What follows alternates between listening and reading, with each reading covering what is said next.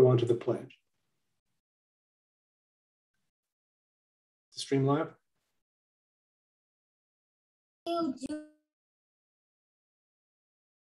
You're good. Okay. If everyone can take themselves off of mute, join me in the Pledge of Allegiance. Pledge allegiance to the flag of the United States of America. and the republic which stands one nation under God, indivisible, with liberty and justice for all. Thank you all very much.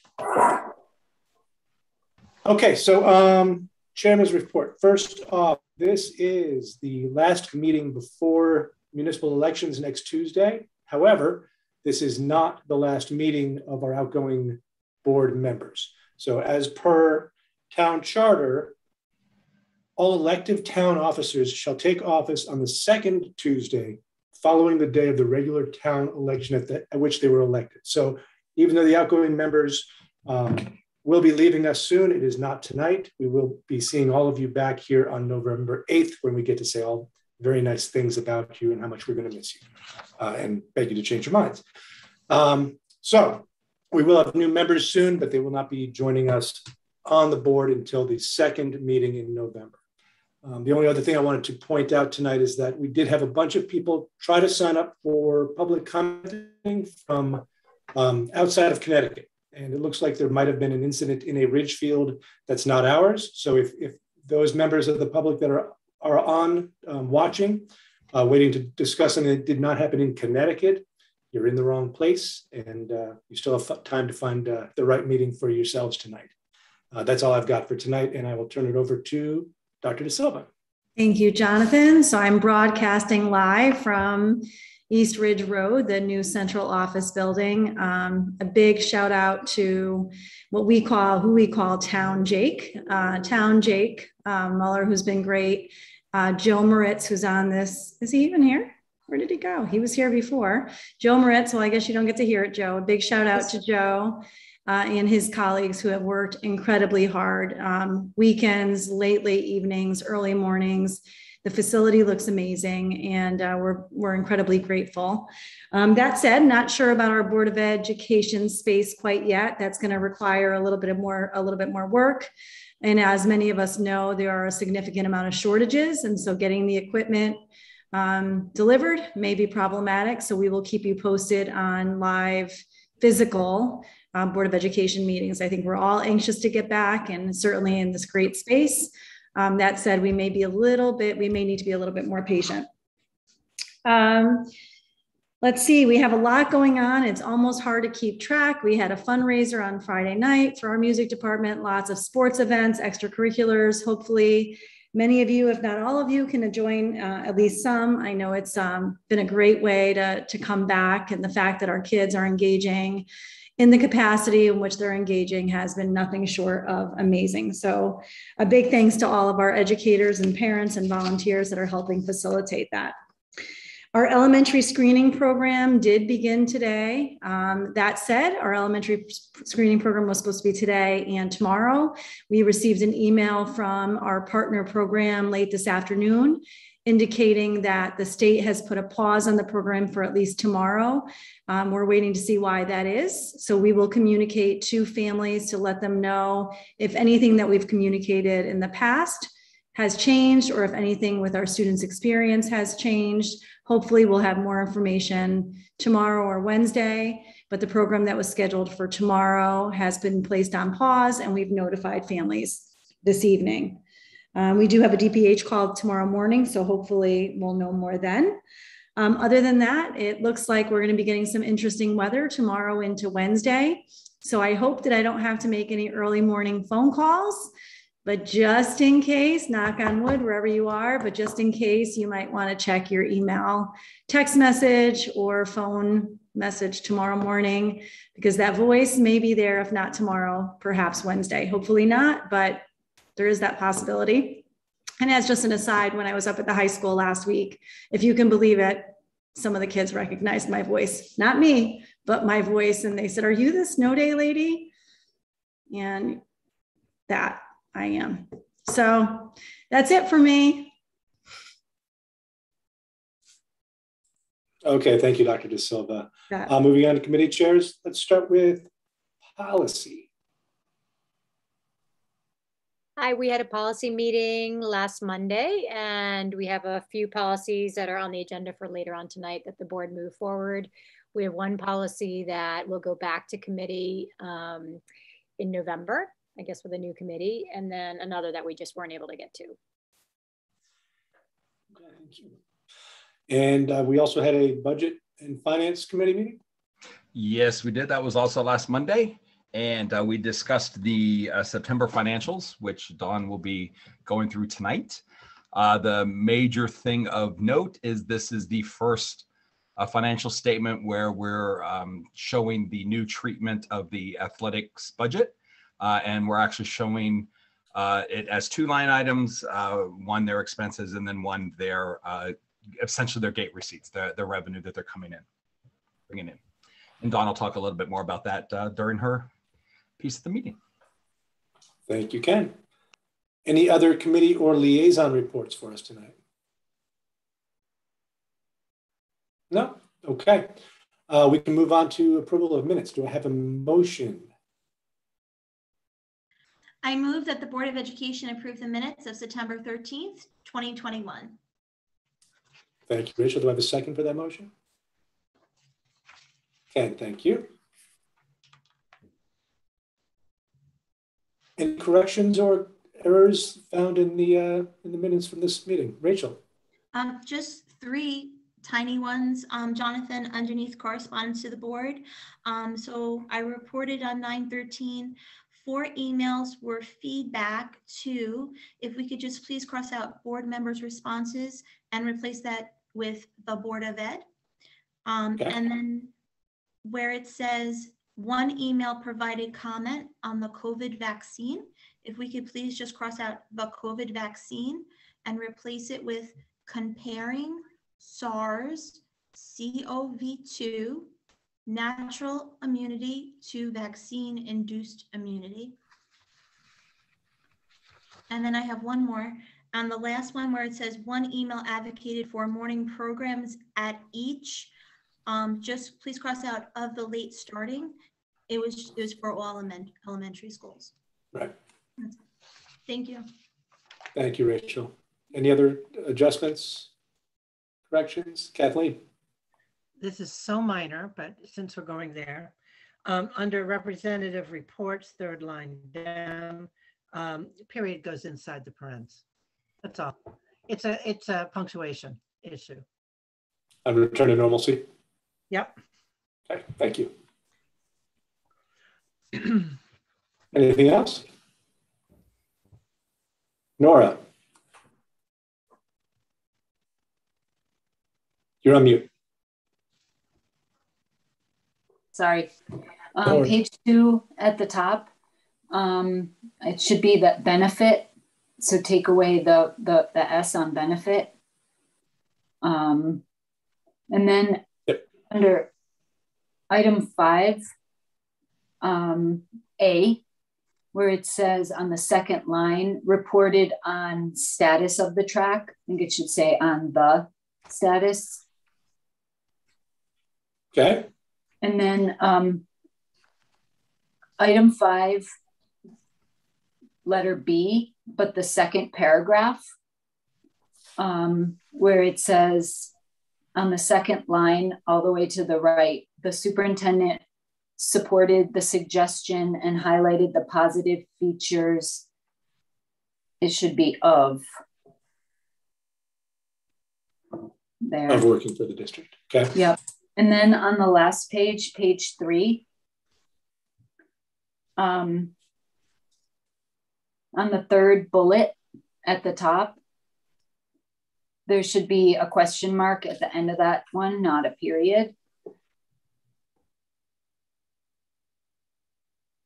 And finally, item 6, correspondence to the board. Mr. Steckler invited comments from the public, the new format for the remote meeting. I think, instead of 2, the remote meeting. Okay. And that's it. Thank you, Nora. Anything else?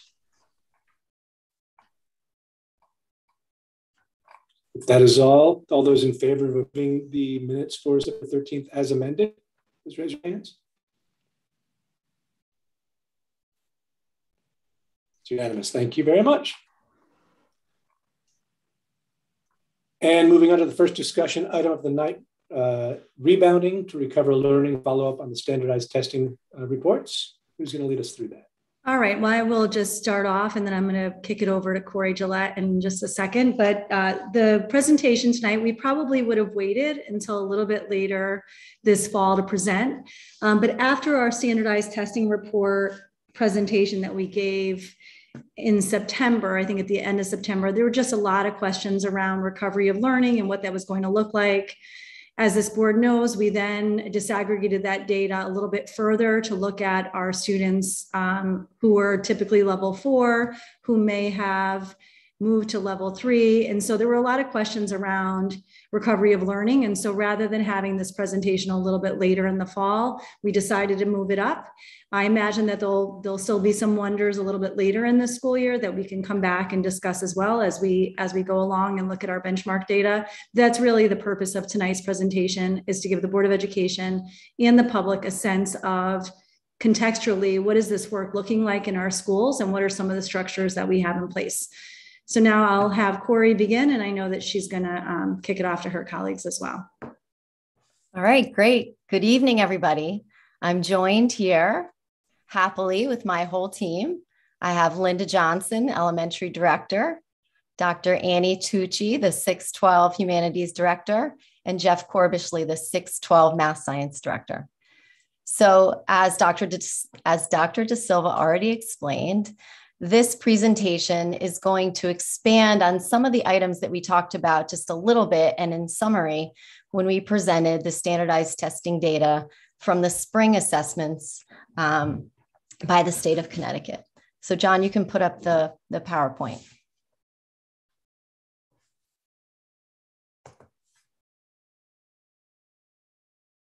So we're going to talk to you how we are rebounding as a district to recover learning.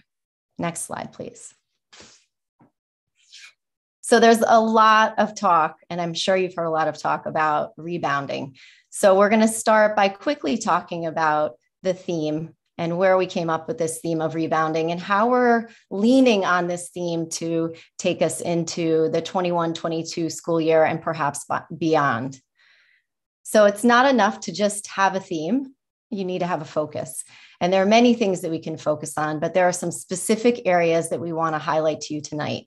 We want to share how we are recovering learning in the areas of curriculum, assessment, and how we're leaning on those supportive school-wide systems that we already have in place to help us do so. And then finally, we're just going to talk about how important it is that we build this collective efficacy, a belief that we can all do this and all make a difference together. And then we'll be happy to take any questions. Next slide, please. So in the spring of 21, we were very excited to come back in the fall to a more normal, not fully normal, but a more normal school year. And our department sat together and thought about what theme could we pull on that could guide us through the year? What is perhaps a metaphor that we could keep coming back to again? What would something be, what theme would be inspirational and perhaps even a little bit fun, since we were really excited to come back?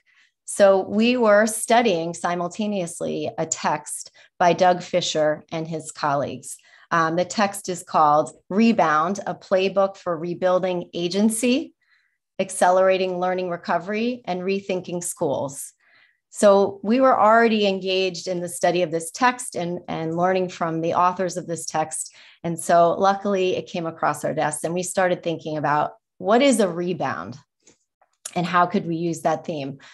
Rebounding, as my colleague, Dr. Hanaway talked about a convocation, is not as snazzy as a dunk or a breakaway, but the actual skill of rebounding is what allows teams to either change the direction of play from defense to offense, or allows teams to try again after a miss. So an offensive rebound.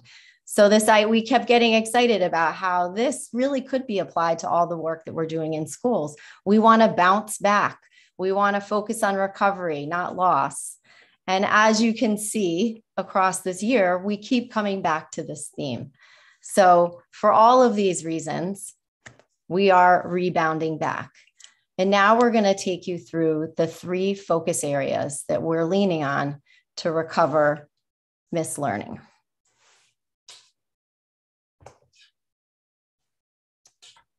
So we're going to first talk about curriculum. Next slide, please. So what does it mean to focus on curriculum? Curriculum is simply what we teach. So here are some of the things that we have done to recover learning in this area. One you've heard us talk about before, and that is putting all of our curriculum documents in one place for easy access. And this may sound simple, but having one common access point for curriculum really makes the study of what it is we need to teach. And then of the standards, what are the priority standards? That conversation is much easier when we all have one place to look for it. The other thing that's been really important about curriculum is that our curriculum is designed using backwards design. That means when we're creating our curriculum, we think about what it is that we want students to learn by the end of the unit. This design also helps guide us as we're studying our curriculum, really understanding what it is we want to teach and figuring out those priority standards. As we've mentioned in presentations before, and as you might have just heard me list off when I was reading the cover of the Rebound book by Doug Fisher and colleagues, in our field, what we're talking about in terms of recovery is acceleration. So if you understand what the priority standards are, then you can reach back to previous courses, previous grade levels, and you can pull up some of that missed content. So having that good understanding of curriculum, what I'm teaching now, helps me accelerate moving forward. We also provided opportunities for teachers to look at the diagnostics that we did, especially at the high school level. Where for courses, we provided teachers with time to look at that data and to use that data even in the spring of last year to design the courses as they're going to be taught now. And then continuing to provide grade levels and grade level teams opportunities to work together to do this study, because this isn't a one-stop kind of a focus. So Jeff's going to take a minute to share some specific examples of what this looks like in high school. And he's going to talk about a college level course. He's going to give us an example, and then he's going to talk about an AP course. And then you can see how this curriculum study is really brought to life. Yeah, thanks, Corey. Good evening, everyone. So as Corey mentioned, that vertical articulation work across grade levels is really key, especially in the area of mathematics. So what we did is last year, teachers got together and really created a comprehensive assessment of what was really covered and students learned at a deep level. What might have been covered, but based on student information, we knew was not really truly mastered. And then there's other pieces of information that we just decided at that time students were not ready to learn. So it was just not covered as it typically would in a given year. So that information was really shared with the next level course, the next grade level. So I'm specifically talking about mathematics, but a lot of that work happened across district. In mathematics specifically, that vertical articulation work is really, really important. So for example, in AP Calculus, right, a high level math course, teachers are currently looking at what students know, what they may have forgotten along the way, and looking at that vertical articulation document to decide how they can support the acceleration of the learning in AP Calculus. So they're still teaching the AP Calculus units. They're still covering the same curriculum, but recognizing that the students' experiences last year and even the spring prior were very different than in a typical year. So that means that they have to spend specific time on Algebra 2 and pre-calculus content as they're introducing calculus units. So that's what we mean by when we say accelerating learning. Another example would be maybe pre-calculus. So the pre-calculus group really just is in the middle of a trigonometry unit.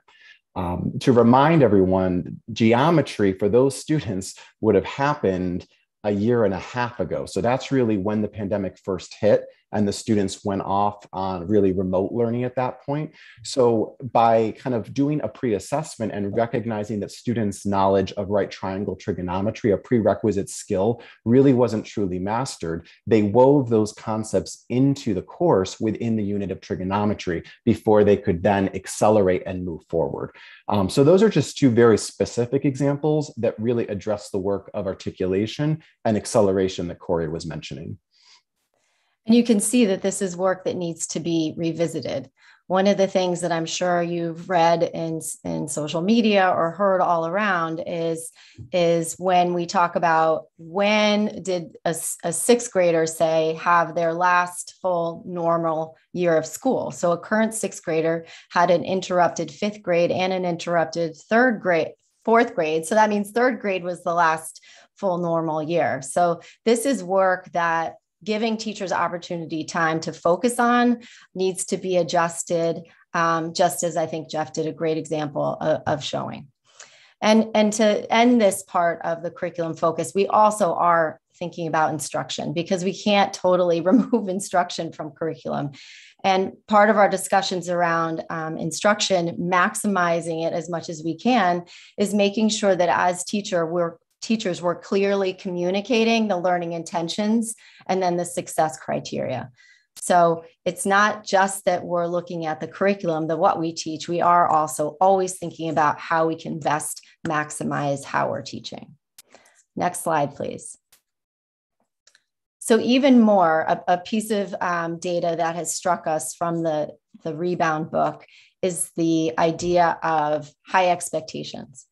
So when we talk about coming back from the last 18 months, we didn't want to start with the deficit model, thinking about loss. We're really trying to think about rebounding and recovery, which has a much more positive connotation because there is research that shows that if teachers don't have high expectations, students do not perform as well.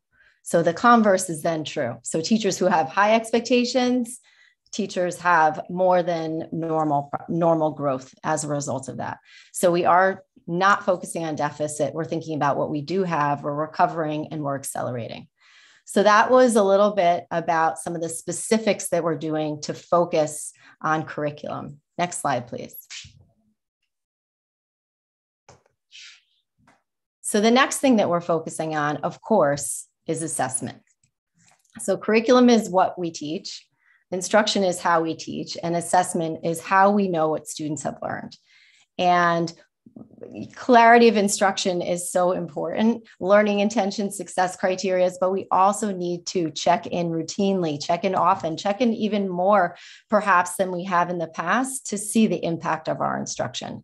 Because if we are accelerating, which we are, which means we're adding in layers, we need to check to see if students are implementing that understanding or not, and if we need to make adjustments. So in the area of assessment, we have increased assessment opportunities. And this may not be evident to students. So it's not that we are stressing students out with lots of formal assessments. They might be informal assessments. They might be exit tickets at the end of a lesson. It's not going to feel any different to students, but teachers' eyes are on student artifacts for learning to see how they're progressing across the day, across the units, and across the content. We are making sure that we have all of our universal assessments 3 times a year, K-8. We've reviewed all the assessments that we used to give. So we spent time this spring and this summer going through all the assessment calendars, all the way up, and we determined which assessments we wanted to continue and which assessments we wanted to adjust, and perhaps if there were some that we wanted to add. For example, we added an assessment from Hegarty, which you remember is our curriculum resource for phonemic awareness now in all of our elementary schools. So that resource has an assessment. We added that one in, and then we took out another one, which wasn't as aligned to the instruction that we were teaching. And we've also already mentioned in this presentation, the diagnostics that the high school did at the end of the year. That continues to inform our instruction and our pacing and sequencing as we move into this year. So those are some examples of some of the things that we have done in our focus on assessment and continue to do, because it doesn't end. Annie is going to share an example of some of the research that we have leaned on as we have sought to do, as we have worked to recover learning. Annie.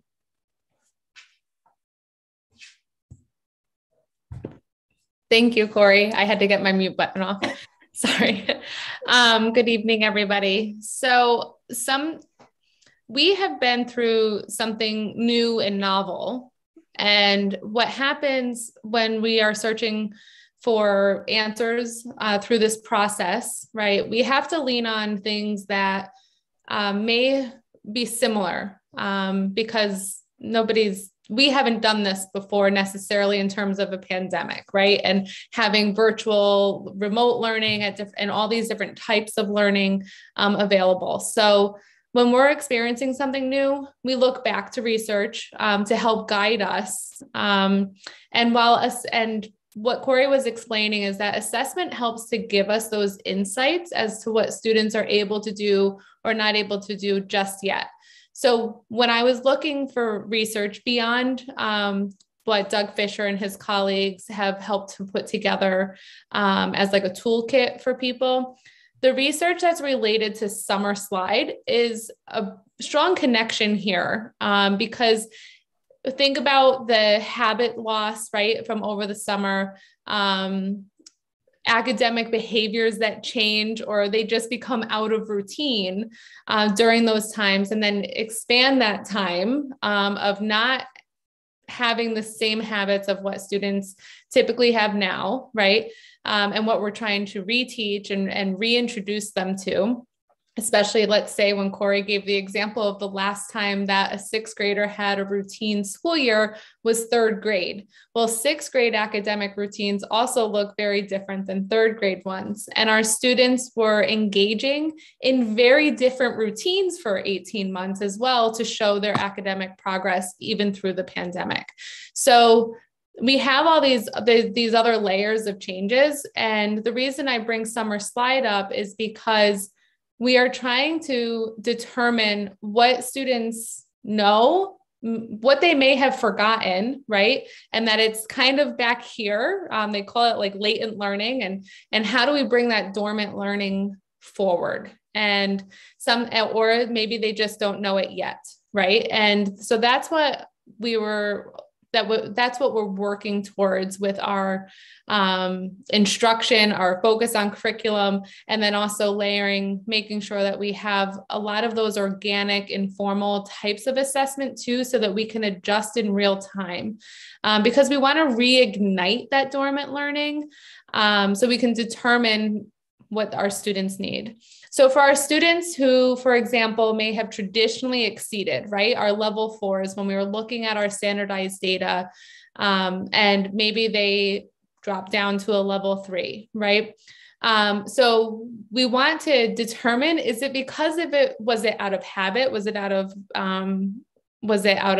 because they didn't learn it yet, right? So all of those pieces are helped answered by different types of assessment and different styles of that. So along with assessing learning, using those organic and informal and formal ways, teachers are able to adjust on the spot. And that's something that's really important because when our teachers find that maybe a group of students isn't catching on, they can adjust in those moments in more concrete ways to meet those students' needs right away. And we look we also have looked around to other research as well. And that's what brought us to Doug Fisher's work. So we know that our students have had these disruptions to those academic routines and those behaviors. So we are looking at self-regulation, student efficacy, choice, and we're working, and we think back to the habits of what seemed so natural. It doesn't feel necessarily natural right away, especially for students that are in some of those transitional grades, like working in groups, collaborating, talking to each other, right? About their learning and processing that information. So when the teacher is walking around the room and monitoring, listening to what the students are talking about, they're assessing in that moment, right? The teacher then can intervene and ask deeper questions. So we're rebuilding those skills at the same time as assessing, so that way, like for recovery and to rebound forward. Thank you, Annie. So far we've talked about the big focus areas. We focused on curriculum, which you can't really do without talking about instruction. And then Annie just wrapped up our bit on assessment, all the things that we've done differently perhaps with assessment, and also how often we need to assess to make sure that all this curriculum work acceleration is all landing with all the learning behaviors. Thank you. Next slide. So the last focus area that we want to talk about are the supportive school-wide systems that we already have in place, because we need to look to these, we need to lean on these systems to support us in all the assessment and curriculum work. Linda's going to start us off by talking about MTSS and other supports that we lean on K-12. Great. Okay. Thanks, Corey. Good evening to all. So as we all know, we have a system in place to support our teachers and our students, that which we refer to as our multi-tiered system of support, often referred to as MTSS.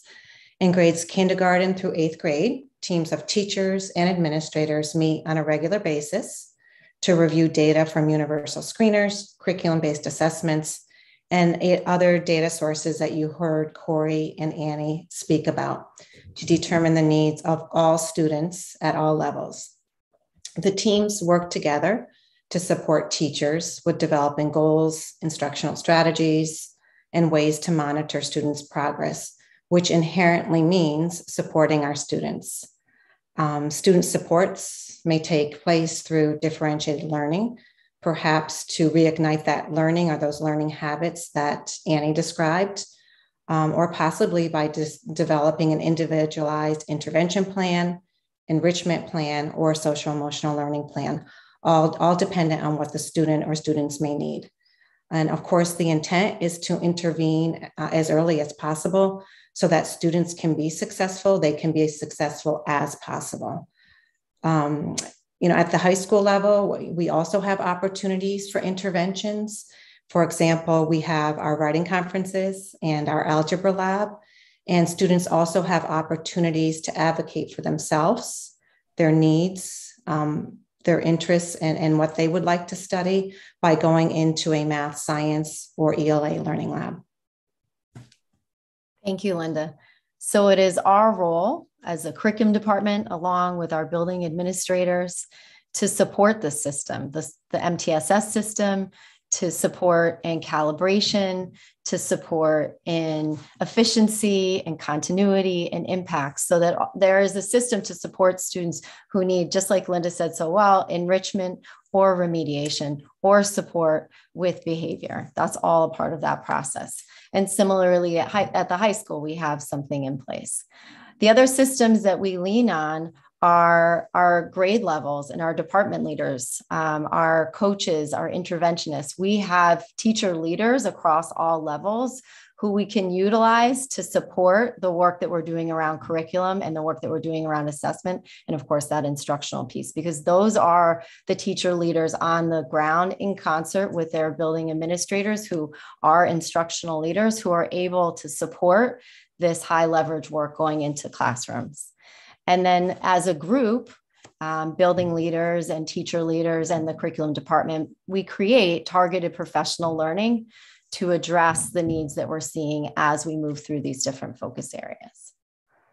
So that was an overview of some of the things that we are doing inside these supportive school-wide systems that we already have in place. And we're making sure to strengthen those systems because we need them working more than ever this year.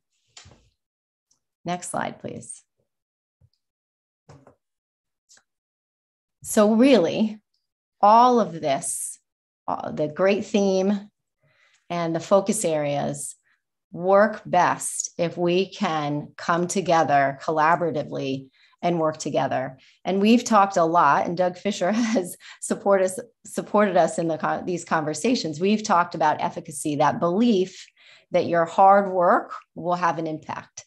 So as curriculum leaders and alongside our building leaders and our teacher leaders, we are working to build that collective efficacy, that belief that if we all come together and work towards something, which is this recovery, and it's a recovery for kids, but it's really a recovery for all of us, then we can best serve our students.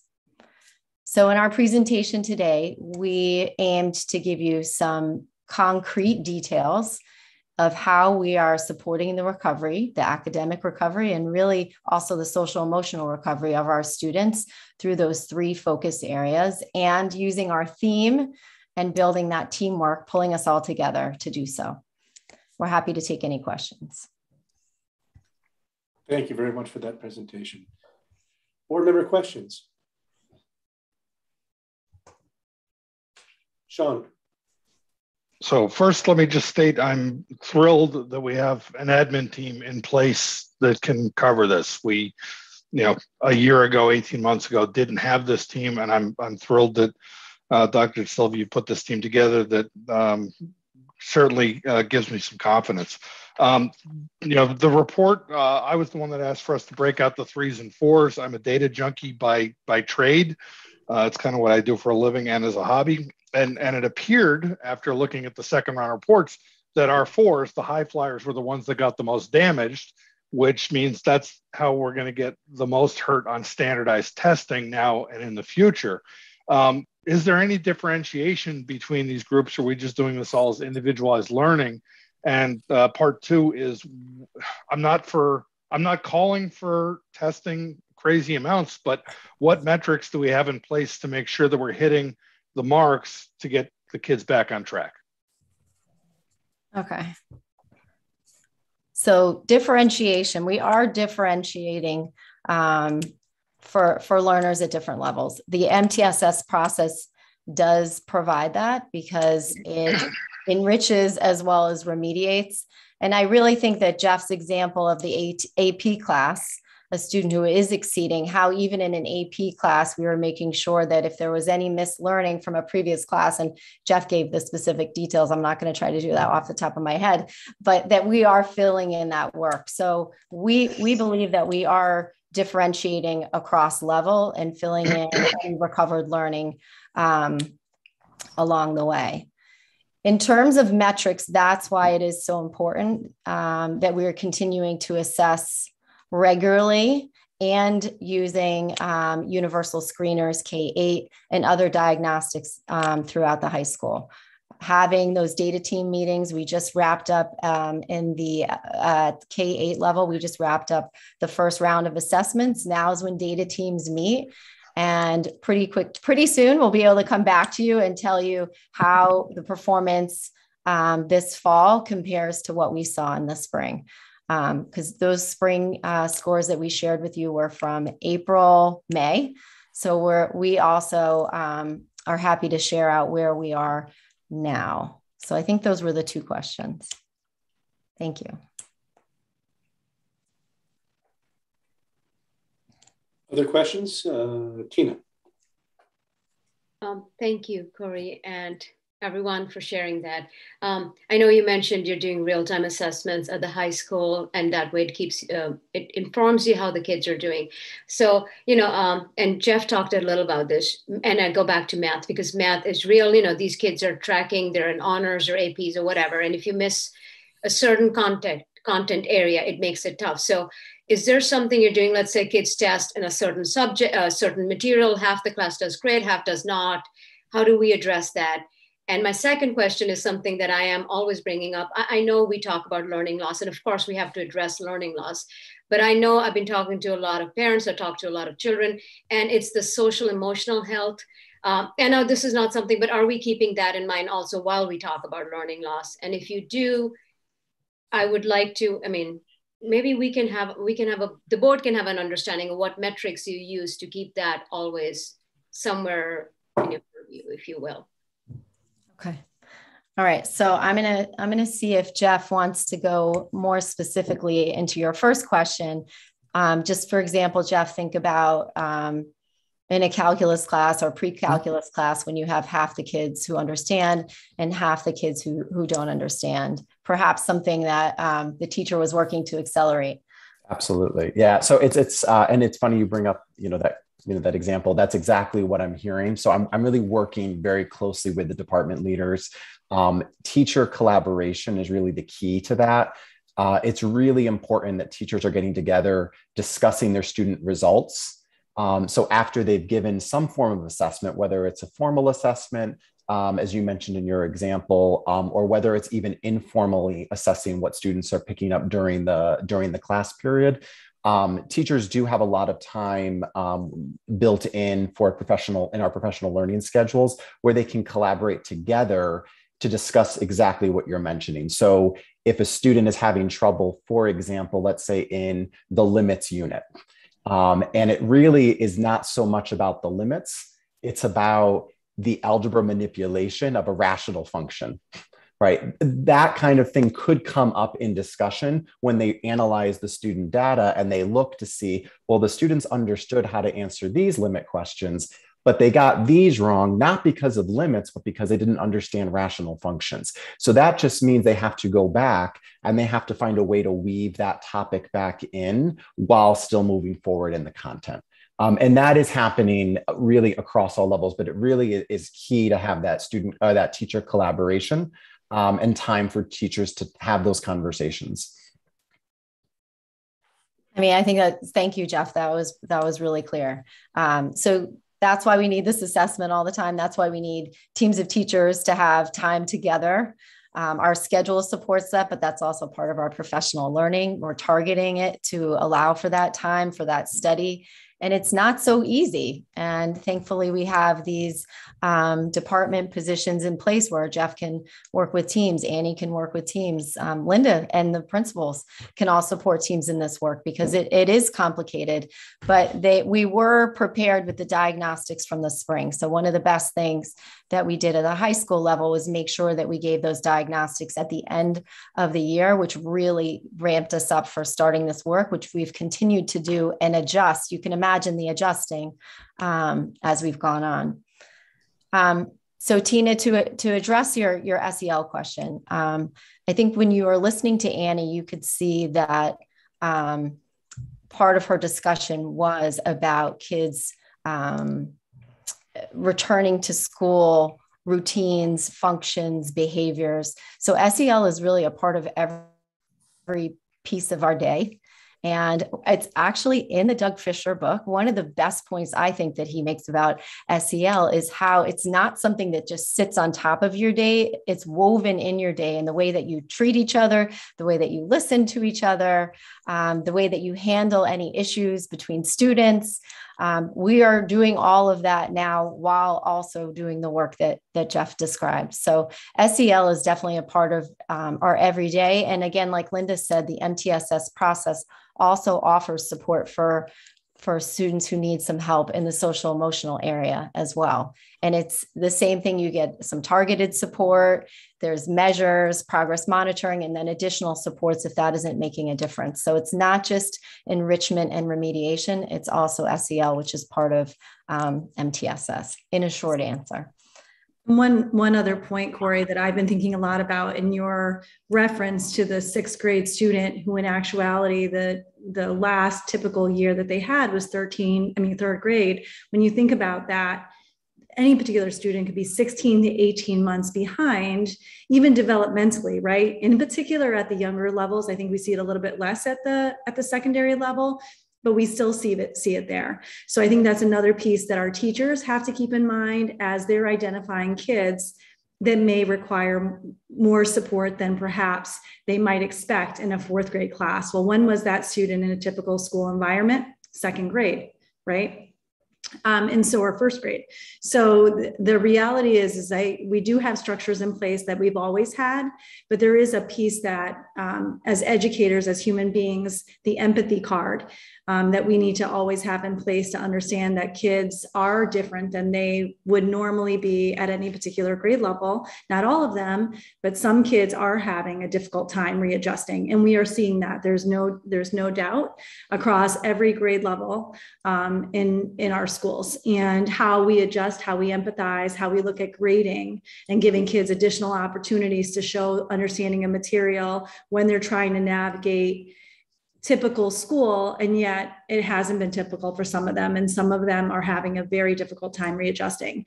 And Annie mentioned again about you mentioned earlier that there's not a ton of research, obviously, with how to respond after a global pandemic, because we in our lifetime haven't gone through that. So we are learning and growing, but there are some students that never placed their foot in school last year.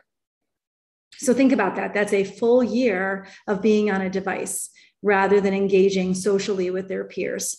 And so what might raise a level of urgency in 2019, it's important and we're tending to it, but the same urgency for that student of, oh my gosh, what's happening, that 911 is a little bit different in understanding how do kids readjust to those behaviors?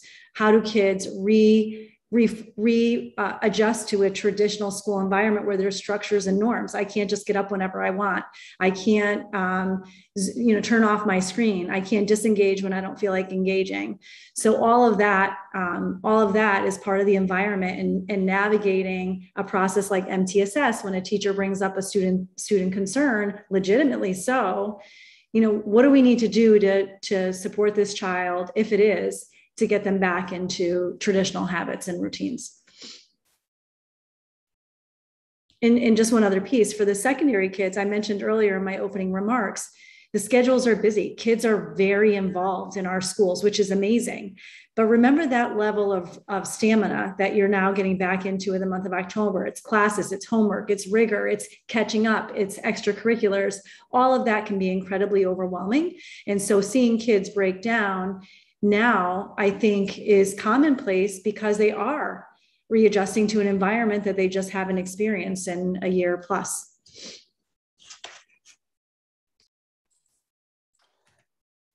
Other board questions? I see Kathleen, your hand.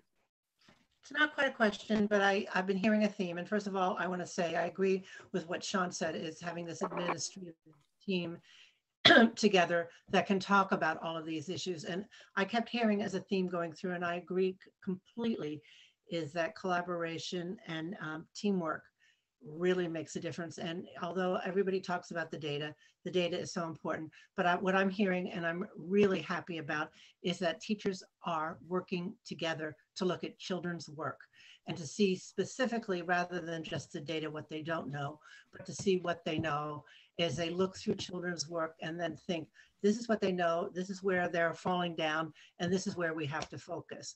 And I really appreciate the time, and I will, I'm not going to be on the board again, but support, the staff development aspect, because I think that's just such an essential piece to understanding the complete picture rather than just looking at numbers. So I want to thank you, and I just heard it going through, so I just wanted to, in my head, consolidate it. That's the huddle, Kathleen, the huddle. We're all in the huddle together. So it can get bad with I like basketball, so I'm into it, but people might get tired of it. No, but looking at students' work and analyzing what they know and what they don't know is so essential. Thank you. Thanks, Kathleen. Other questions or comments? Thank you very much for that presentation. I will also echo what Sean said. I'm very pleased and relieved to have this team together doing this work for us. I appreciate it. Thank you. All right, so we're back on to math placement. Do you want us to just transition, Jonathan? Go right ahead. Go right in. All right, so part of the team is back to talk about math placement. And we did have some shifts this school year, this past school year.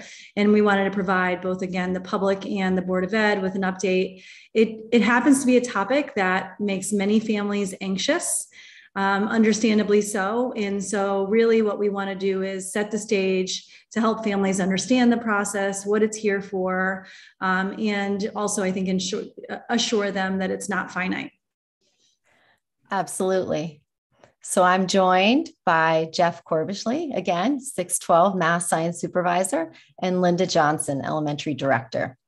John, can you put our slides up, please?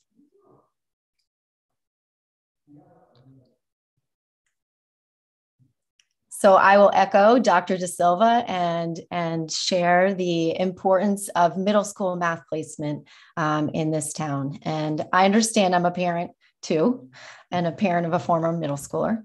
I believe it was my first day, February 8th, in Ridgefield, when the team of teachers came to me and said, okay, we got to go. Math placement, let's go.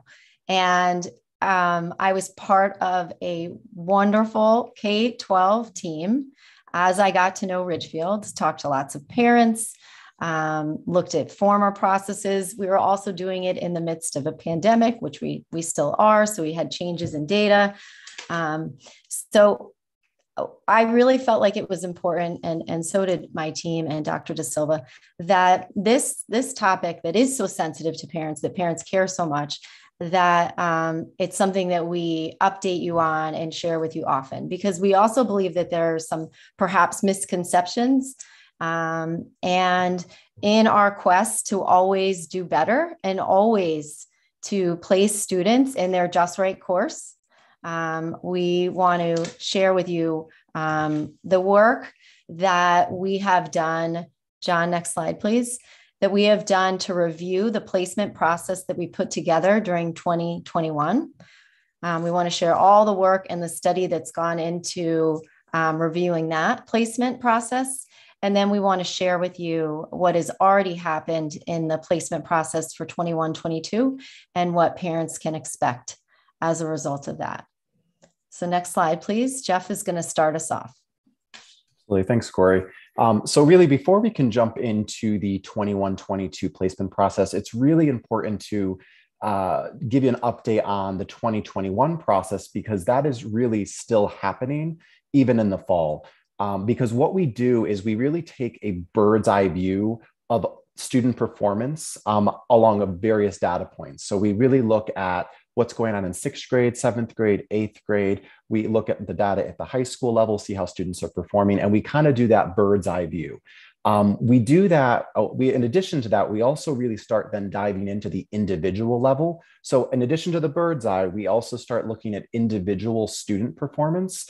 And the way we do that is we work with building administration and we work with the classroom teacher to see how current students are progressing within the course. Again, we're looking at multiple data measures. We're not just relying on one specific data point. We're looking at multiple measures, really to see whether the placement from last spring was appropriate.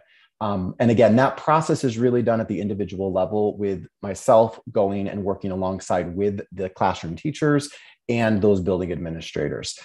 Generally speaking, what we found through this review process is that the large majority of students really are in that just right course, as Corey mentioned, kind of that phrase of really ensuring that we want every student to be in a course where they're most appropriately challenged. I will, though, share that there have been some cases where there were some moves at the middle school level, where a teacher, based on the data, right, working alongside the building administrator, showed that the student had grown tremendously from the spring and that the current math placement was no longer appropriate. And so a move was made. So I do want you to know that that process does take place and it continues to take place. It is an ongoing process, really with that ultimate goal that all students are in a math class that really provides that appropriate challenge and opportunity for growth. Right. So that really kind of is an ongoing process from last spring. If you could go to the next slide, please. because Linda Johnson is now going to give a little bit of insight on some of the initial planning that we're already underway for the math placement process for 21-22. All right, thanks, Jeff. So yes, I'm going to give you a brief update on the work that we've started to do this fall. So Jeff and I, along with our district teams, which again includes building administrators, our math specialists, department leads, classroom teachers, we're currently reviewing the process from last year, and we're beginning to create a timeline for implementation of the different components for this school year.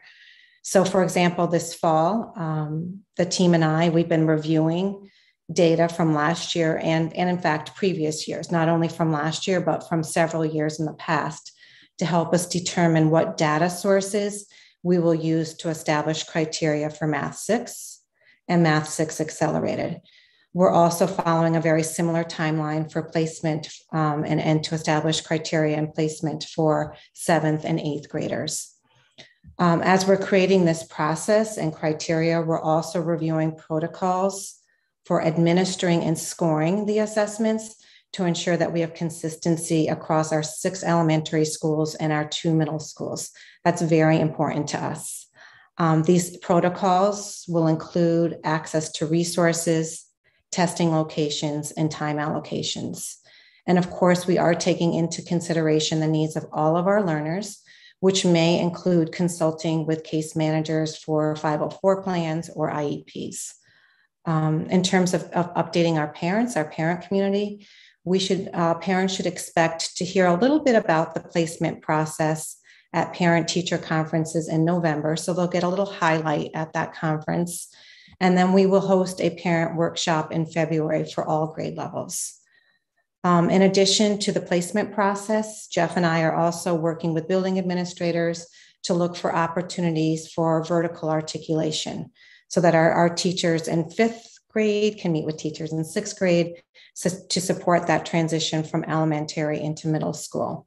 And then the same is true for other grade levels within the middle school. And we're also looking for opportunities to bring our 8th and 9th grade teachers together so that they can talk about that transition from middle school to high school. And we're really looking at our professional development times, whether it's an early release or a full PD day, so that we can bring those different grade levels together to talk about the transitions. So to wrap it up, we talked a little bit about how we're following up on the placement process from last year, looking at that bird's eye view that Jeff spoke about, then looking a little bit more closely at individual students and making sure they are in that just right fit of a math class. And then I was able to give you a brief update on what our timeline looks like and the work that we've been doing this fall. So we're happy to answer your questions. And I think I'll just jump in real quick before questions. I think the other thing that I'm hearing when I listen to them talk, and I know is true, is that the placement process isn't just about that one moment or that one moment in time. And that placement and just right placement is something that we can work on across the year. So maybe that could help relieve some of the stress for families. We're ready for any questions. John, you can take down the screen. So Corey, I'm just going to add on, because now you're making me think that when we do look at our data sources, it's not like a one-time assessment, right? Of course, we might look at unit assessments or look at NWEA scores, but we are also looking at the whole child on a daily basis. How are our students working individually, independently? How do our students work together, collaborating cooperatively? So we look at the dispositions of our mathematicians, as well as how well they are learning the content, the concepts that we're teaching along with the skills. So I think it's important to keep that in mind. So it's not always about the one standardized assessment or curriculum-based assessment. We also look at our learners and how they perform on a daily basis. Do we have questions? I do see Tina. Go ahead. All right. Thank you so much for the presentation. I mean, yes, I understand parents always get stressed about math placement. I'm glad, I think, Corey, you just mentioned it. It's not a one-time deal, right? I think this is so important you made that point. But I would like to ask, and I think it might help alleviate some stress. Do you have some numbers that shows that kids have moved, let's say 6th grade, they started in the lower math and they moved up, or 7th grade or 8th grade? I think that kind of speaks to the process, that it's ongoing, it's organic, because, you know, yes, you share that, but parents only hear placement, right? My child is in accelerated math, or my child is in lower math. And that means they get stressed. And so I really think some data will really help parents understand that this process is organic. And if a child, and I've said this, and I think you all agree that children peak at different levels. So sometimes we just might have a math, suddenly a child blooms into a really good math child in 7th grade, and how that works too. So I think data really helps people believe this even more. So I'm not saying they don't doubt what you're saying, but I just think it'll help this. So that was my question. Do we have data that shows this year or last year if kids have moved, how they've moved? And you know, it's an interesting question, Tina, because if we're doing it just right, we shouldn't have a lot of students moving if our placement process is working well. So I know for sure, and I don't know the exact numbers, and if that's important, I can definitely get it. But Jeff and I can get it from the schools, from both middle schools. But I know there's been movement across levels in both middle schools. We definitely had students who didn't, you know, they were really going for a higher placement. They didn't in the spring get that placement, and did a lot of math work over the summer, and talk about efficacy, a belief that your work has an impact. Then we saw movement. There were definitely kids that moved in that way, because our goal is to get students in the right place for them, while also knowing that algebra is a foundational skill, which is why we have the algebra lab. So we don't want to rush students, but we also do want to make sure that they're in their just right spot. So that is something, that is data we can give you. I know for sure that there's been moves at both middle schools, but really our goal is to have limited number of movements, because we're using data points that really do represent the whole child, like Linda was saying, and gets kids in the right spot at the right time. Because it's better not to, ultimately, you don't want to have to do that kind of schedule shifting. But we do, and we will. If they need it, we will. We do, and we will. But I think there's another point, and on the emotional wellness for a child, if they're not placed in the right course, and let's just say in particular they're placed in a higher course and they're not finding success there, it is far harder to move that student down than perhaps down to up, not scheduling wise at all, but rather on the emotional side for kids. So we really do work very hard to place kids well, we're in the just right place. However, keeping in mind, just as Corey said, that if students need to shift, then they need to shift. We're going to do whatever is best for them. But we understand the impact of a student in particular at the middle school level when their developmental needs are different, and what that could feel like if I move from this higher class to perhaps a lower class. And so oftentimes, when these situations arise, we're hoping it's the other direction rather than, high to low or higher to typical, because we do know that can impact a child emotionally, and we try to avoid that at all costs. That said, in any course, our teachers have to differentiate. A kid is not a kid who is not a kid. They're all different in their own way. And so while most of them can maintain the pacing of a particular course, we do know that in any particular class, a teacher has to pull out of her toolkit the differentiation to support all kids. But what we don't want to happen is that the course is slowed down and a child can't keep up with the pace. He or she may have trouble in a particular unit, and certainly we're there to support them along the way. But if it's the entire course, then we realize that that's just not the right place for them. Other questions? Sean, then Liz. More comment, the question. Again, I'm pleased that we have a team in place that can facilitate this process differently than it was before. Jeff, who's obviously lived this for a number of years. I know that math placement has been this weird black box where parents are really concerned that this one test is going to ruin their life forever and ever. And I'm glad to see a much more flexible and holistic approach. And I'm hoping this is something that continues calibration going forward. That's all. Thank you. Yeah, thank you. And it kind of builds on a little bit of what Sean said. So, and you may have touched this, and I apologize, I was reading through the deck, but I didn't see it.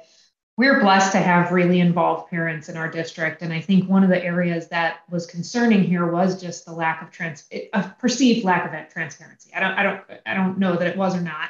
And it certainly wasn't intentional, but is there a plan to engage parents at certain milestones where it makes sense? So you're not doing this constantly. It's great to have iterative processes where you're moving people up and down and evaluating them, but that can also create a little bit of churn, especially on the parent side, if they're not comfortable with the placement or their child's not comfortable with the placement. So is there sort of a communication strategy in what you're working through in terms of times where it makes sense to do that, where maybe there's a cohort of kids going up or down, or communication with parents so they can predict it too, say, hey, I know I'm going to hear about this in the summer, and then I'm going to hear about it again in whatever time frame. Okay, I'm going to start answering that, and then Jeff, you can add in, Linda, as well. So obviously one of the points of communication was the spring when math placement came out, and we had conversations with families where students hadn't met criteria for the advanced course, and they hadn't met criteria for a waiver. I don't know if you remember last year, we had a waiver area where families could choose if they thought their student should go in or not. And actually not all families made the choice to put their child in the advanced course. So it really felt like they were thoughtful about the process and where their student was. We did have a list of students in the spring. We were calling it a watch list. We talked with their parents. We said, we promise that we will be checking in on your student and all students in terms of their placement. So I think, Jeff, you can tell me when that process really started, but they had to do some math first. Exactly. Grade in 7th and 8th. Exactly. Yeah. So there is that process in the fall. So once a student really takes some of those more kind of larger assessments, right? Some of those summative assessments, and there's some data for that. We also really wanted to wait, for one standardized measure. So we wanted to wait for the NWEA. Not saying that that's what we use to make the decision, but it's one piece of data. So between that and the data that was happening from a real-time perspective, that's when I was able to engage in the conversations with the classroom teachers and actually went through kind of that watch list that Corey said and had individual conversations with every single of the teachers on that watch list, brought in the building level administrator to let them know we were having conversations on those students, and then communication about kind of where the student fell within that conversation was then had. So it is that there's that spring communication, as Corey mentioned, but then there's that follow-up communication in the fall for those students that would be placed on what we called the watch list. Great, thank you. If I'm correct, that process is happening right now. Right? It is currently happening right now. Exactly. Yep. Thank you. Mm-hmm. I can just add on a little bit at the elementary level. Our communication strategy is to communicate, to speak with our parents frequently, let our parents know about what is happening in our classrooms. So our teachers are either making those phone calls, sending homework samples, not waiting until it's time for decision-making about what's going to happen for 6th grade math placement. So let's say, for example, for many years prior to me coming on board here in Richfield, unit assessments were used as part of our placement process. Teachers share those assessments with parents. They're able to view them, see how a student is progressing, speak about them at a parent-teacher conference, talk about standardized scores at a conference, so that parents can see how students are performing all along, so that hopefully it's not coming to them as a big surprise as to where a student might be placed for 6th grade. So communication strategy is communicate, whether it's a phone call, parent-teacher conference, student work samples going home, updating parents on the process, as I mentioned at conference, giving them a little snapshot of what it's going to look like this year. We'll have that workshop in February. And then, of course, talking with people, phone calls, inviting folks in for conferences to talk about the placement. Last spring, we did have parents come into our buildings, via Zoom, didn't come into our building, but, met with our principals, our teams of teachers at the building level to discuss placements, whether it was, to gain a better understanding of what and how that placement went. It might be to talk about a waiver. and what a change might look like, or what the process looks like in 6th grade. And even moving forward, what it looks like through the middle school and then through the high school. And that's awesome, Linda. I'm so glad that you welcome that and that kind of engagement and are part of that team. It's just such a magical part of our district, and I really appreciate everything you guys are doing to put the math and the art and the child around it. So thank you. Thank you. Well said. Tina. I just wanted to add, I've been involved parent for so many years, and math placement has always been this, as Liz said, it's this lack of information, almost like a shock at the end of year. So thank you. I really appreciate the honesty, the transparency. I'm so glad that you're reaching out to parents, and these conversations are happening much before then, almost like the end of, not blaming anyone the way it used to happen. You used to get a letter literally before spring break. And then, for a week, parents were on edge thinking where their child was, why they were. So I really appreciate, and I'm really hopeful that the ongoing conversations, the real-time conversations with parents, knowing what their kids and how their kids are doing will help alleviate some of that stress. And additionally, that you're identifying, the watch list. I think that's a great idea. You're letting parents know that this is not one and done, they can move. So I do want to add to Liz's point. Thank you. Thank you for doing that. I hope this becomes an easier process. It's not the, oh my God, my child is in this math. And there's always constant movement, and our kids, they do well and they will do well, but just take that away from the parents, and hopefully that transfers to the kids. So thank you for doing that. I really do. I'm glad we're doing that. I'm happy to hear that. Thank you. Thanks, Tina. Any other questions? Kathleen? Not a question, but a comment. I think it's so important for people, as all this transparency is happening, to hear what Dr. Silva had said in terms of how hard it is if a kid is misplaced higher than he or she needs to be, and that's not the end of it all. As a parent who has grown up, it all works out, and that the conversation can go on, because I just think it's so much better that they're well placed than rather than misplaced too high or too low. So I thank you. Thank you. All right, thank you very much, team. Two very good presentations. A lot of questions answered. I appreciate it. Moving on, we've got the special education update next. So in the spirit of transparency, one of the challenges that you've heard us talk about at the start of this year has actually not necessarily only been with special education, but just in general, when you start the school year over budget with staffing. And we have certainly seen changes in the dynamics of our population. And we really want to be as communicative as we can with our board to give you insights of what is the population for our students with learning differences, how is it evolving, and what is the impact for our school district in terms of programming and possibly budget. And so Dr. Hanaway and Dr. Shower are here tonight to really give a special education update. And this is the first of many that we intend on giving throughout the course of the year, so that the board, again, and the public understands how we support students with learning differences and how it impacts our decision-making in future budgets. So I'll turn it over to Dr. Hanaway, who will lead the presentation. John, we're ready when you are. Great. So good evening, everyone. Tony and I are here to provide a brief update, just a few slides since we last spoke.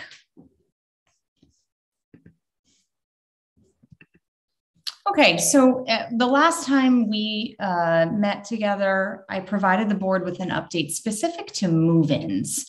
Because I wanted to make the board aware of a change that Tony and I have been observing, and that has been different than in most years. And that's the number of students who have moved into our district who have already had IEPs. But I also wanted to talk tonight about just general changes to our in-district population and then to our out-of-district population.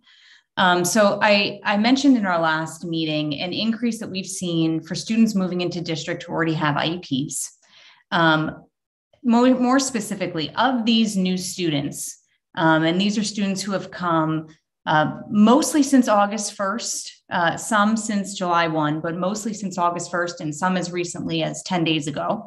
Of these new students, 6 either have or are scheduled to transition into one of our RISE cohorts. And what we're noticing is we're seeing a trickle in of move-ins week by week.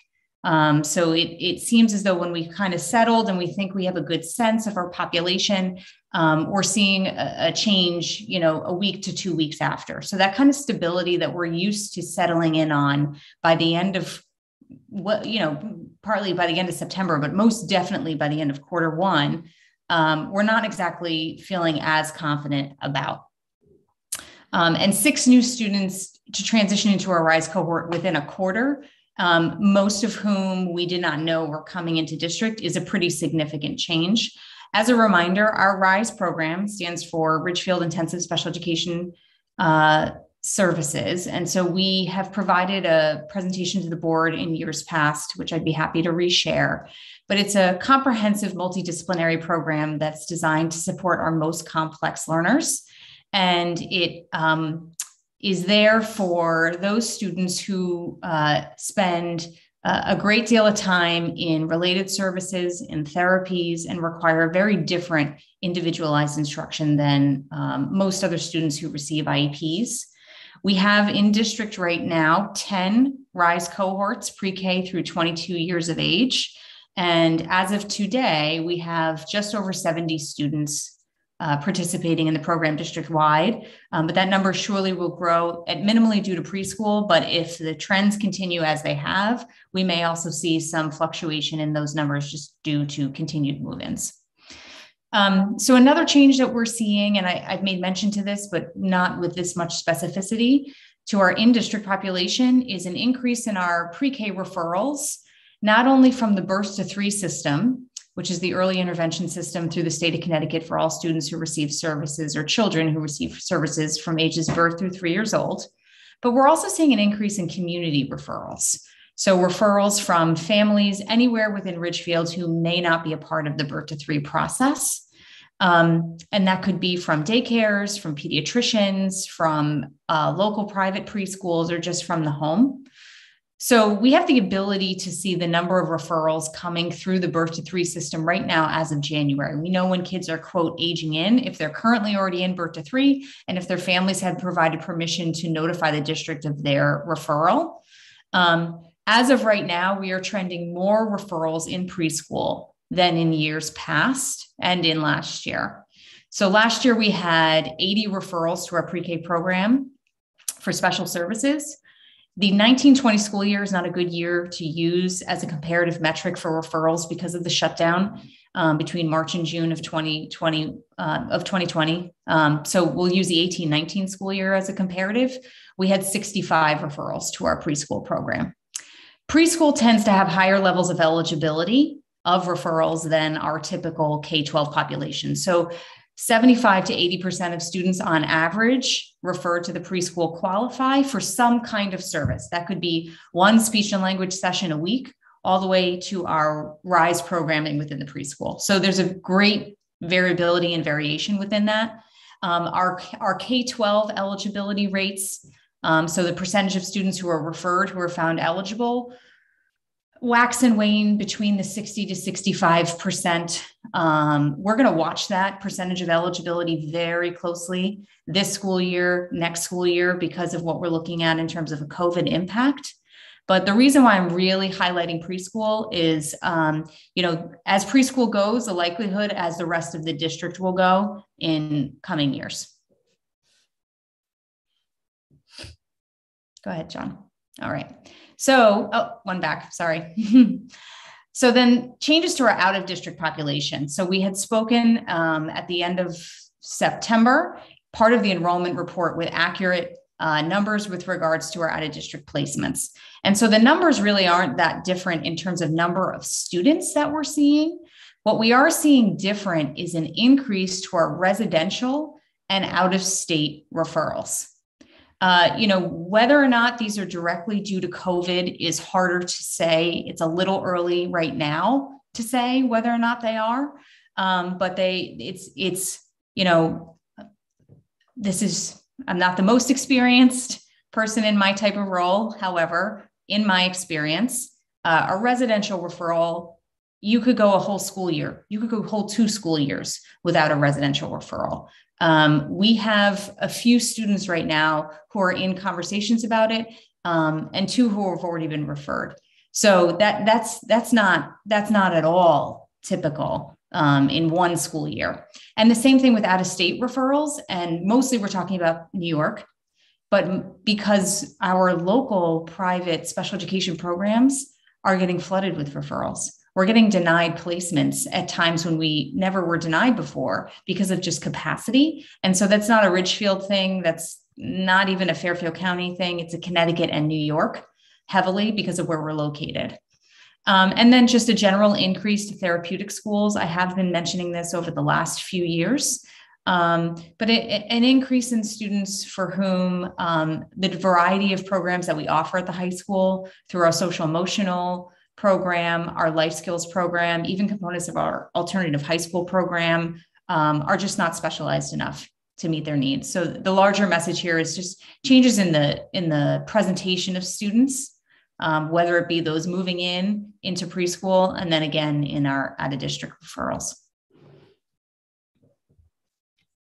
So I provide this as reference, and I get into this heavily every year as part of the Board of Ed, but I feel like it's the budget presentation, but I feel like it's a good reference point.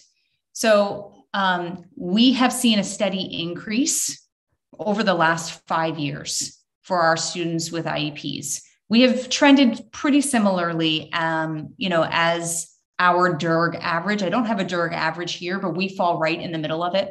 So if you were to take Darien down and kind of average them together, we're right in the middle of that mix. But we've been making pretty significant statistical jumps. If you look at 1 school year to the next, our growth has been consistent, and in some cases more in between 2 years. It's hard for me to compare and say why that's the case. Apples to apples, Susie makes this point all the time as we talk about other districts and their budgets. Apples to apples just isn't the case. But we have continued to increase. I think there's a few predictable reasons why.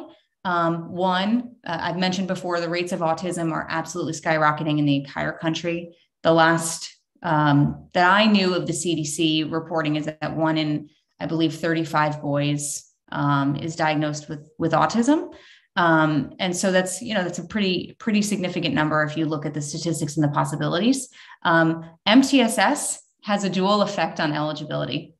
It does better identify students who need special education services. I do believe that that's a positive outcome of what we're seeing in an increase in numbers. But I want to mention that the average cost per pupil for a student with an IEP is double our per pupil. So if we just consider that and the impact, and of not just, I'm not by any means comparing any 2 students or any 2 programs, but it's not to say that students with the highest level of need, who may be part of a RISE program, who may be part of an out-of-district placement, are really the ones who we're kind of organizing our budget around. The vast majority of students who we service are not within those programs, and it's still on average double our per pupil. Another update that I want to make sure that the board has is around our COVID relief funds.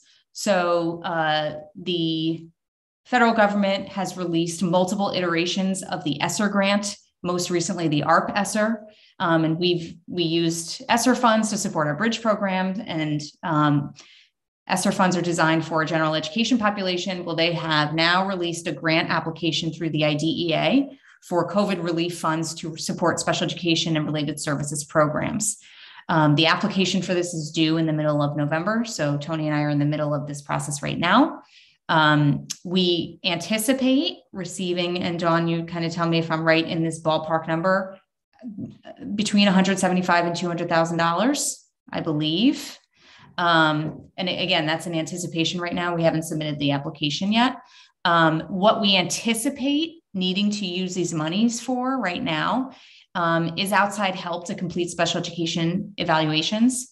That's for people like school psychologists, speech language pathologists, occupational therapists. When our caseload numbers go up, the easiest thing to help support making sure that kids get time with their adults for services is around evaluations. We anticipate potentially using these monies for extra hours for related service providers if their caseloads grow, and then for substitute paraeducators to support new students with complex needs. And that's heavy around that move-in number that I mentioned at the beginning of the presentation.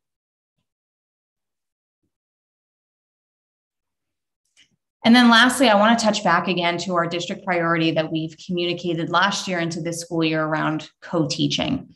So pursuing co-teaching from my and Tony's vantage point is a really important step, not only for improving all programs across our continuum, because when you institute a new program, it just doesn't impact the kids who participate in that program. It has a positive ripple effect on every program within your continuum. So we believe that that's important. And also there's a level of continuity and consistency from a fiscal basis that co-teaching provides. Even though it's a cost up front, it does provide for a level of consistency over time, where that variability of how many staff do we need, tends to diminish. And that's what our partner New York districts have seen when, as they're required in a whole different way through the state of Connecticut to have co-teaching models. It's a requirement for every single district. So while the benefits of co-teaching are clear, our first priority is to meet the needs of the students who are in front of us and their current IEPs as of right now today. The population has already changed more quickly than we typically experience, and I don't have much reason after the first 2 months to believe that it couldn't potentially continue to evolve. And so it's possible that we may have to revise the rollout of co-teaching to make sure that we're supporting the needs of the students who are in front of us. We don't have an emergency as it relates to co-teaching. I want to make sure that's clear.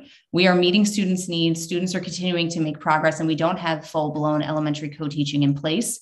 And we have co-teaching model at the secondary levels. What we would like to do is continue to evolve our programming. However, that can't be at the consequence or take precedence over meeting the current needs and service hours and programmatic requirements of the students who we have right now. And the last piece I'll just say is that, the adding co-teaching to our larger budgetary planning has to make sense with our current needs of students, as I mentioned, but also for our financial realities. And so Tony and I are weighing all of these things very carefully to ensure that we're meeting students' needs, but also planning long-term for the future. We're not looking at 1 year at the time. We're looking 3 to 5 years at a time. And with that, we will take the questions. Who wants to start us off? Jonathan, if I may just jump in, as we were preparing this presentation, one of the pieces that we neglected to do in Dr. Hanaway, I just realized it was just to talk a little bit about, as an update in terms of space. The alternative high school, as you know, is an area that we were concerned with last year, and we continue to be concerned with this year. We've done some upgrades to the space for sure. That's, again, thanks to Joe and his team, worked very hard this summer. We've upgraded that space as much as it's possible, but the reality is there's only so many square feet. And so at some point we realize and acknowledge that we do have to move. We're still in the process of looking for an alternative space, no pun intended, for the future. But that's also a reality with the preschool, and how the 18 to 22 space currently perhaps evolves into, which is over at Veterans Park and the portables, which Joe and again, Town Jake helped out this summer with remodeling that space for our 18 to 22 students, perhaps making a shift there from 18 to 22 to alternative high school, and considering the portables as an alternative for preschool if it makes sense to do so. But we do have to continue to think about space and the growing needs of our student population and what the impact is. So again, as we started this presentation, I communicated that this is going to be an ongoing update. I'm not sure that it's going to be every month, but perhaps every other month, giving the Board of Education a sense of where we are. And again, the physical plant and considering the needs of our students is a big part of that. Thank you. Questions or comments from board members? Margaret. Actually, thank you, Dr. Silva. That was my question, was about the space requirements for the pre-K with such a large number of increase. A question kind of related to that too is, I know we typically try to have some typical peers in the pre-K program. Does the space implications impact how many typical peers we can allow into the program? And what are we thinking along those lines? It hasn't for this school year. So the number of students who are in the program now are as we planned. I'll remind the board that we shifted our preschool programming this year to allow for a half day and also an extended day option. So this is the first year that we're doing a 5-hour for those students who need it. So that really did give us more flexibility as well. So as of right now, it did not impact our typical or peer model process for admission.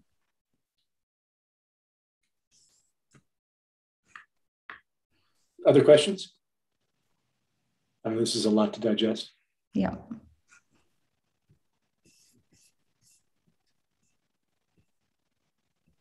Okay, let's leave it there. Thank you very much for the update. Do appreciate the information, and we'll be thinking about it over the next couple of weeks. Okay, moving on. Next item up is the September financials ending September 30th, 2021. We start with a motion. I move that the Board of Education accept the financial report ending September 30th, 2021.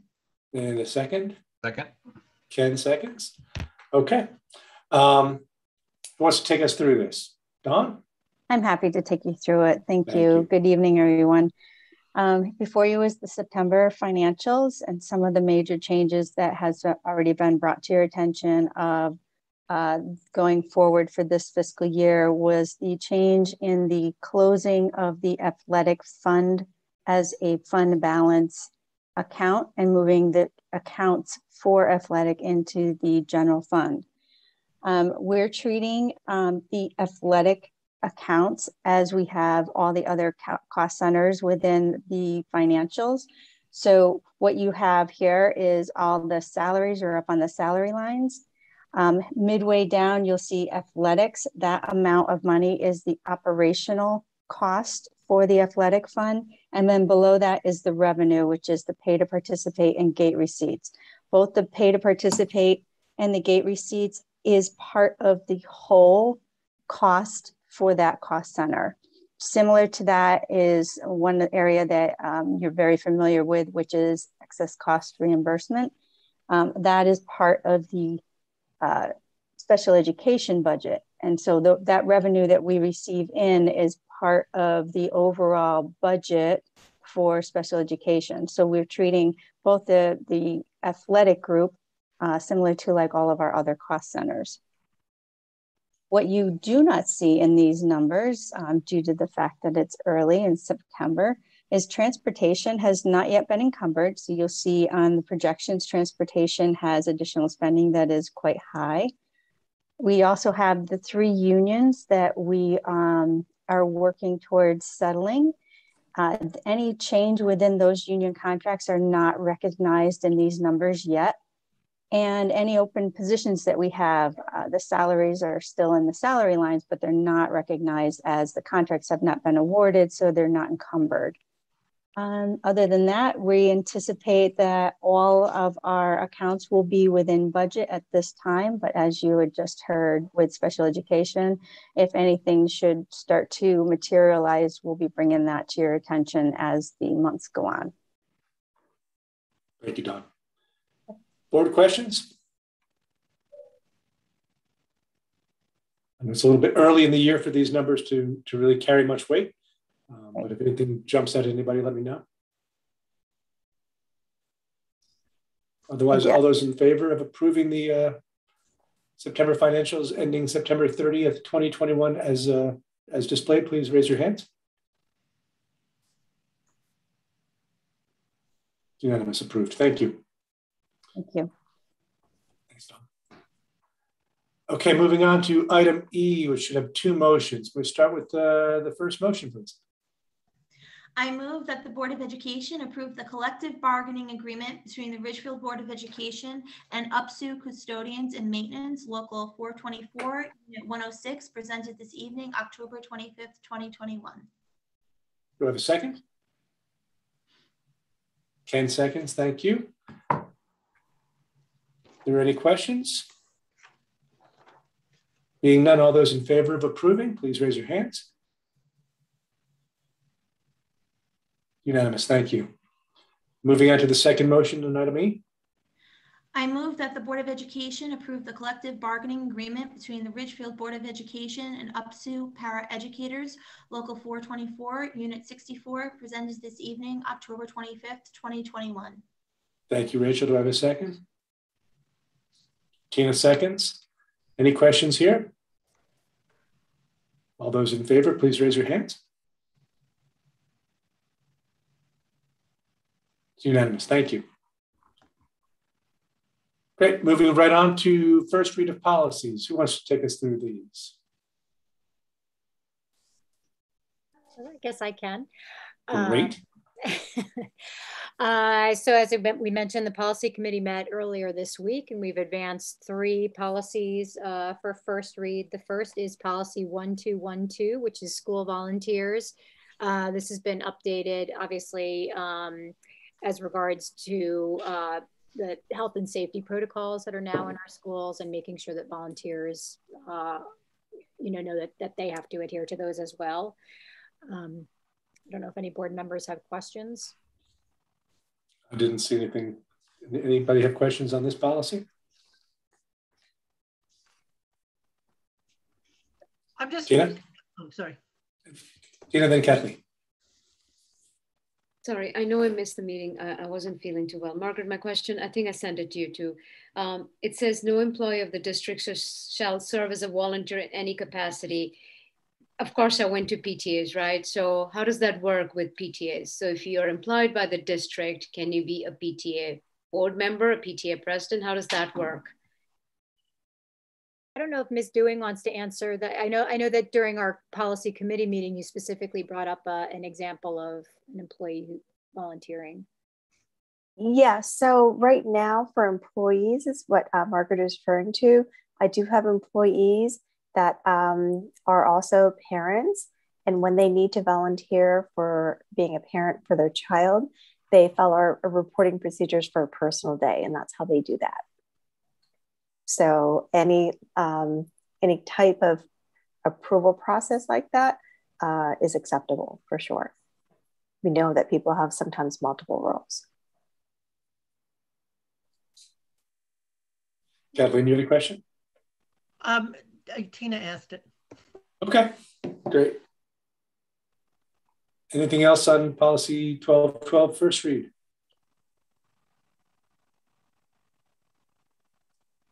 Margaret, you want to take us to the next policy? All right. The next one is policy 1250, visit to schools. And this one, again, has to do with updates requiring visitors to comply with any health and safety protocols, was for the most part. Any questions? Rachel?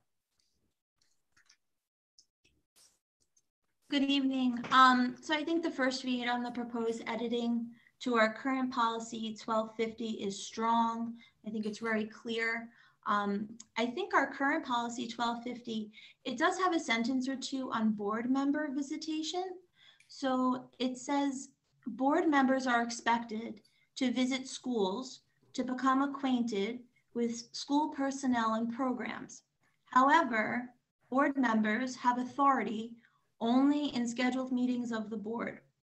As members of board committees or when delegated specific tasks by specific board action. So I think we actually should keep some language about Board of Ed members for a few reasons. It should be considered or viewed as a professional development piece for the Board of Ed, right? We pass a budget on this board. We should be able to see in practice what we're approving.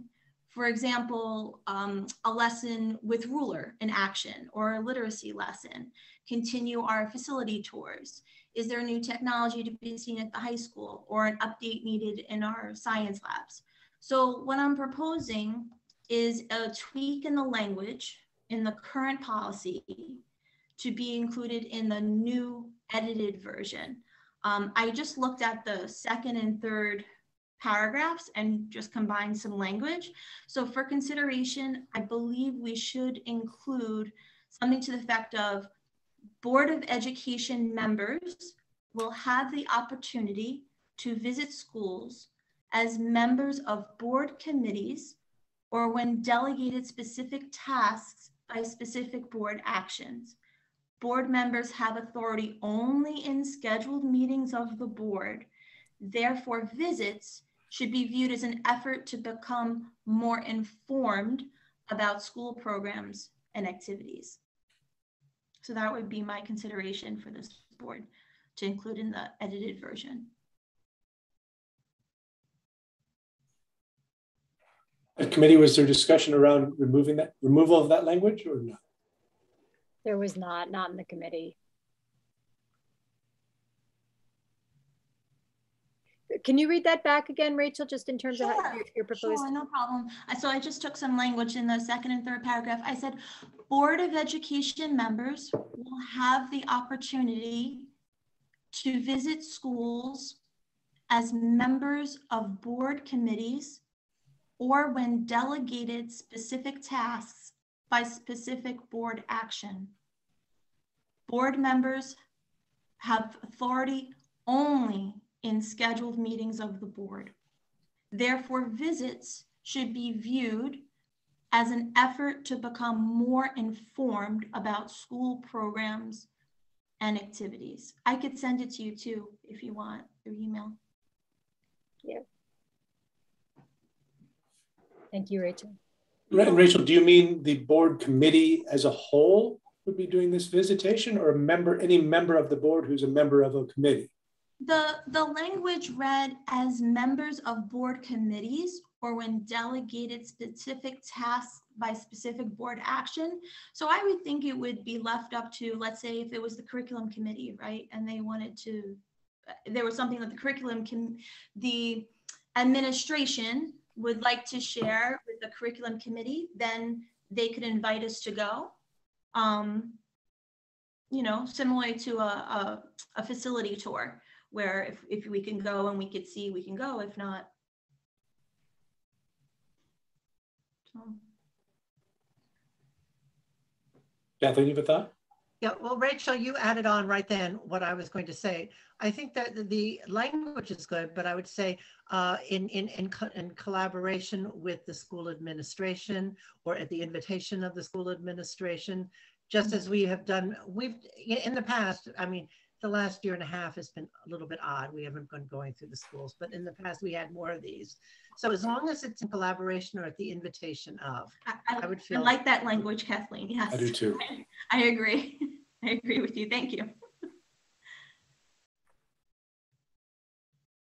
Yeah, I agree. As long as the language is clear that you're going in your role as a designated role as a member of the Board of Education and not outside of that.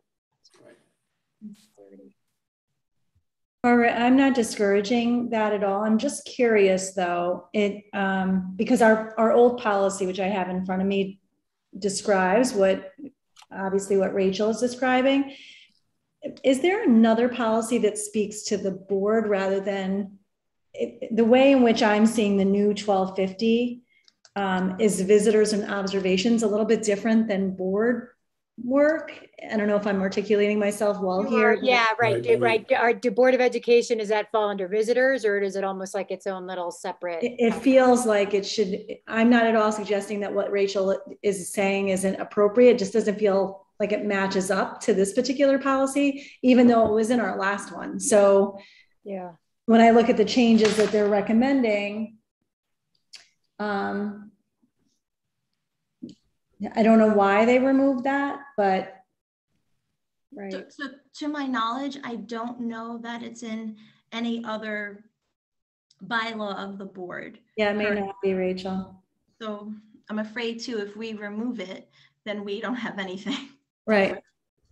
Normally, don't we get a policy with the red lines of the removals? What went wrong? I think what we've talked about is that actually the policy committee gets the red lines, makes the adjustments, and then. No, I got red lines during the last round. I've seen them every time so far. Something's changed.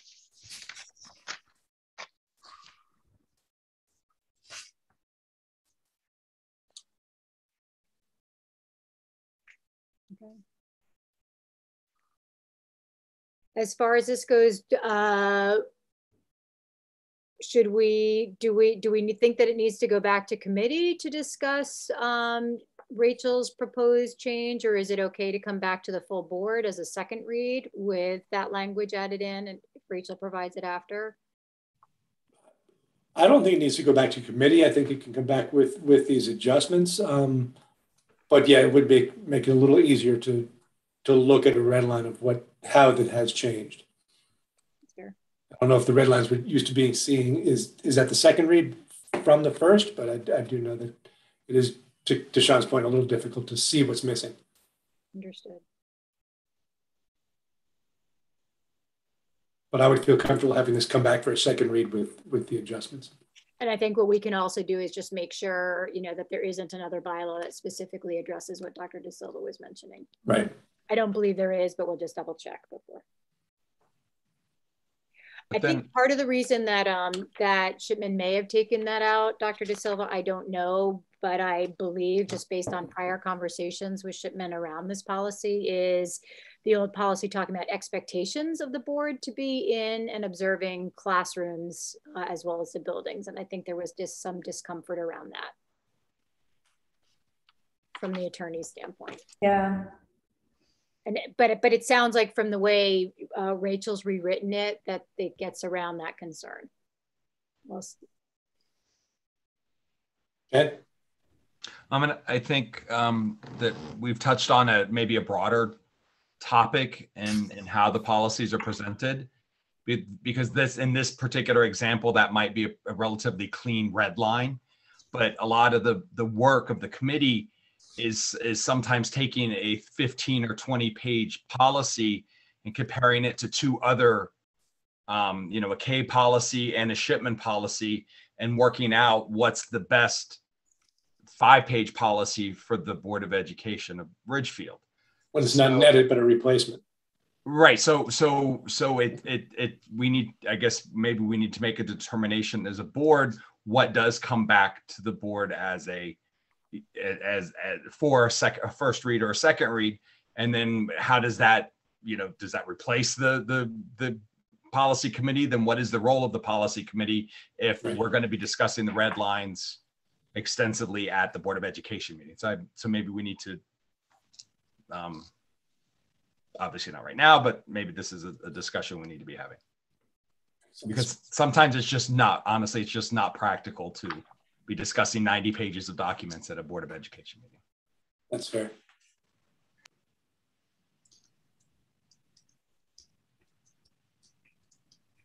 Anything else on 1250, and do we feel comfortable having it come back for a second read? Rachel, maybe if you can provide that language to Cheryl so that she can add it into the policy. Absolutely, absolutely.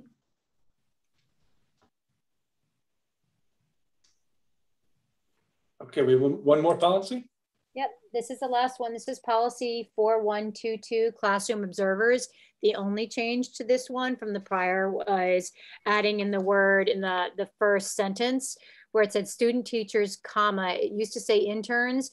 We added a clarifier to say program interns, so that it was clear that this is not like the student interns who are seniors at Richfield High School who go in and, you know, help out with the classrooms during the internship program end of the year. That program intern is more an intern that's in a teacher program.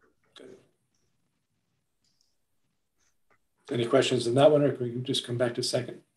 All right.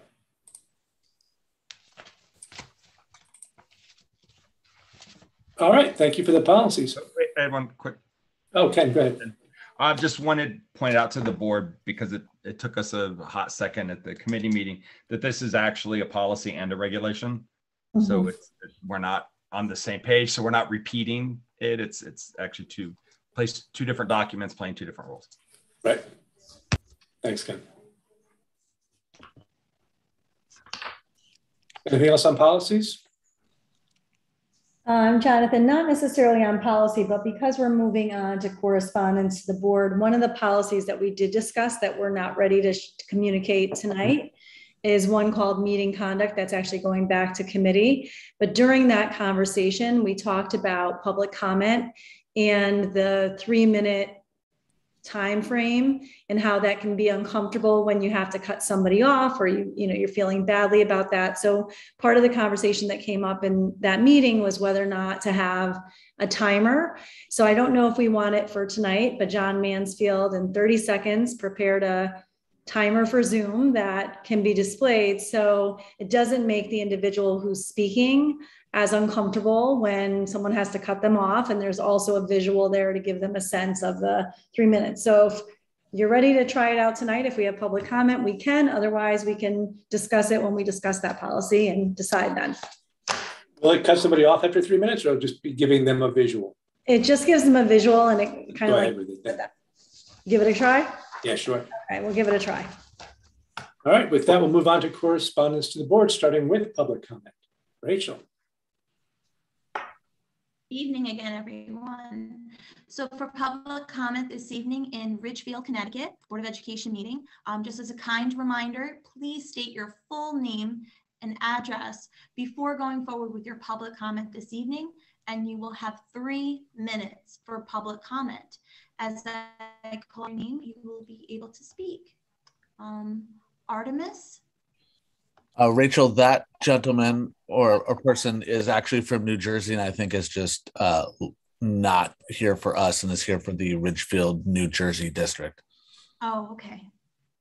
Thank you, John. Okay, so I do not see any other attendees this evening. So I will be moving on now to correspondence report. We'll use the timer next time. There goes the timer. So we have received 9 emails since the last Board of Education meeting. 4 emails were regarding COVID policy concerns. 3 emails regarded operational questions. 1 email regarded curriculum, and 1 email regarded a social media post. That's it. Thank you, Rachel. We have reached the bottom of the page. Do I have a motion to adjourn? Ken so moves. Do I have a second? Tina, you second. All those in favor of calling it a night, please raise your hands. It's unanimous. Thank you all very much. Have a great night.